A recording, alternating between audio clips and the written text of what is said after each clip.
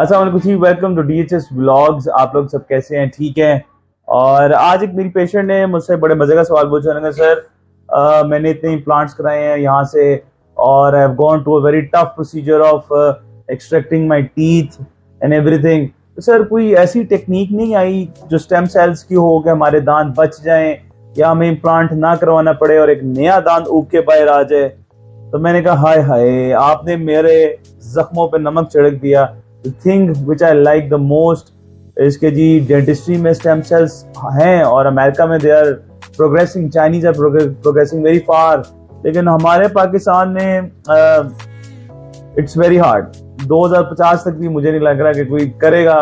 It will take some personal effort या it will take some initiative on a personal level. तो बंदा इस level का clinic, इस लेवल की लेबोरेटरी खोले यहाँ पे जो डेंटल स्टेम सेल्स का काम करें। हो सकता है, मेरा दिल बड़ा करता है, हो सकता है I am trying my best. इंशाल्लाह ग्रीन एप्पल हो सकता है in future, in coming 10 to 12 years। हमारा एक कोशिश है, तो क्या पता हम भी आपको ये एडवांसमेंट दे सकें। Let's not lose hope. और थोड़ा सा आज मेरा दिल किया मैं कहा स्टेम सेल्स और डेंटिस्ट्री पे बात करें।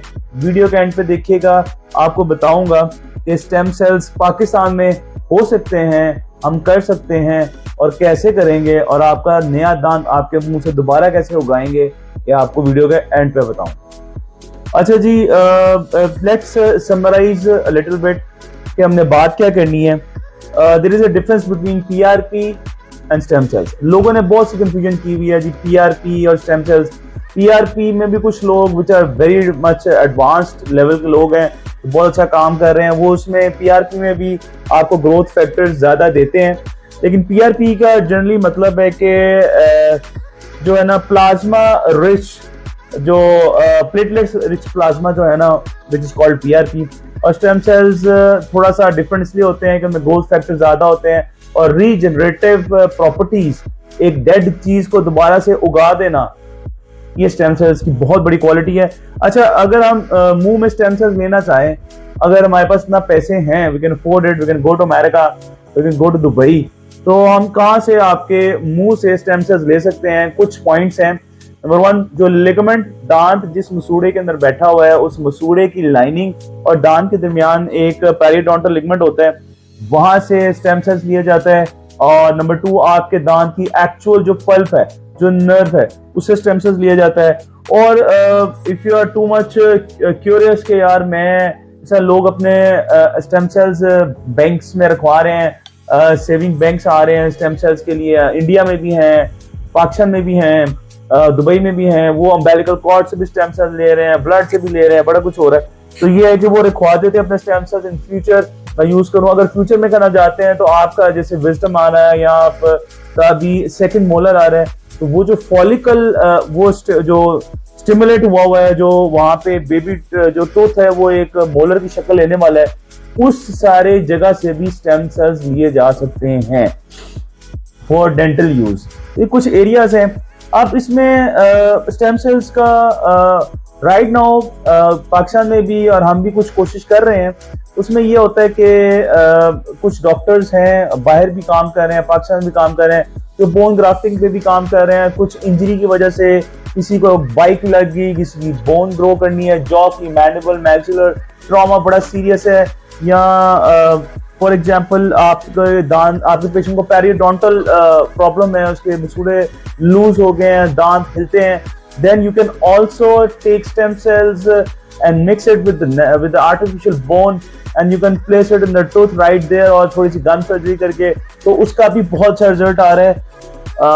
और 2022 और 21 में जो लेटेस्ट न्यूज है वो ये है कि अमेरिका में तो पीडियाट्रिक डेंटिस्ट्री में इवन के इन अडल्ट्स, जिन बच्चों को ट्रॉमा हो गया, जो गिरे सीढ़ियों से, साइकिल से लड़ के दांत टूट गया, तो उनके दांतों में उन्होंने उन्हीं के स्टेम सेल्स लेके उनके दांत के जो बारीक गूदा होता है नर्व्स का, जिसे हमें पेन होती है, उसको उन्होंने ना के ठीक किया बल्कि उसको रीजनरेट भी किया। क्योंकि जब बच्चा गिरता है तो दांत जब टूटता है तो दांत थोड़े अरसे के बाद, कुछ सालों के बाद, कुछ महीनों के बाद डिस्कलर होने लग जाता है।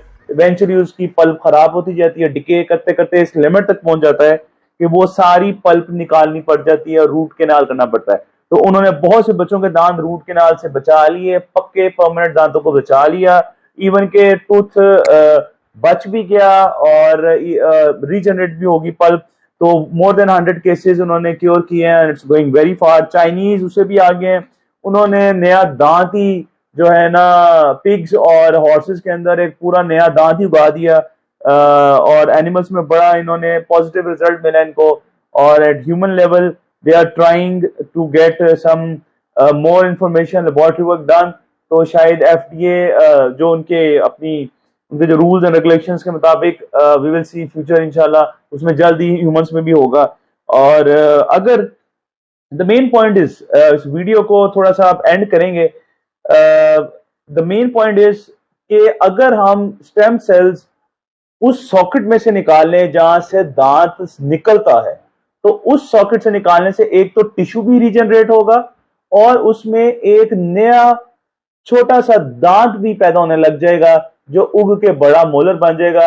अगर ये हो गया तो हमने तो बिस्तरा बोरिया पैक करना है डेंटिस्ट ने, और हमने जो है ना वो अपना कोई सैलून खोल लेना है, तो या तो कोई कपड़े का कारोबार शुरू कर लेना, क्योंकि हमारा तो बंद हो जाएगा, क्योंकि हमारी तो फिलिंग्स बंद, हमारी दांतों की छोटे छोटे ट्रीटमेंट्स बंद। लेकिन it will be a revolutionary effect on dentistry and all over the world. और ये ज्यादा दूर नहीं लग रहा जिस तरह की एडवांसमेंट्स आ रही हैं।